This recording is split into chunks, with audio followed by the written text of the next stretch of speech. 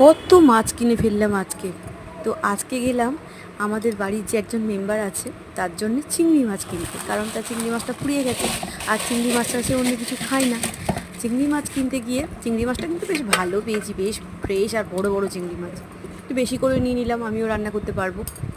চিংড়ি মাছ কিনে নিয়েছি, তার সাথে নিলাম এই যে আমাদের মেম্বারটাকে দেখাচ্ছি, ঘুরছে, রাগ হয়েছে, কালকে খাওয়া হয়নি, আজকে ভালো করে খেতে দিতে হবে, কারণ কালকে চিংড়ি মাছটা ছিল না আর কালকে ওকে খেতে দেওয়া হয়নি, রাগ হয়েছে। পার্শে মাছটা খুব ভালো দেখতে পেলাম, নিয়ে নিলাম পার্শে মাছ। তার সাথে নিলাম মোয়াটি মাছ, যেটা মৌরলা মাছ, যে যে যে নামে ডাকবো আমি ঠিক জানি না, আমরা তো মোয়াটি মাছ বলি। মাছটা খাওয়া খুব উপকারী। আর তার সাথে এবার বাজারে ঢুকতেই গন্ধ পেলাম ইলিশ মাছের, আর প্রচুর ইলিশ মাছ দেখতে পেলাম, লোভ সামলাতে পারলাম না, নিয়ে নিলাম একটা 800 ওজনের ইলিশ মাছ।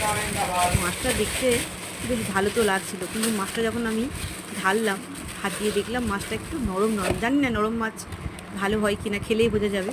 তো যাই হোক, দোকানদার তো খুব বুঝিয়েই সুঝিয়েই দিল, এবার খেয়েই দেখতে হবে।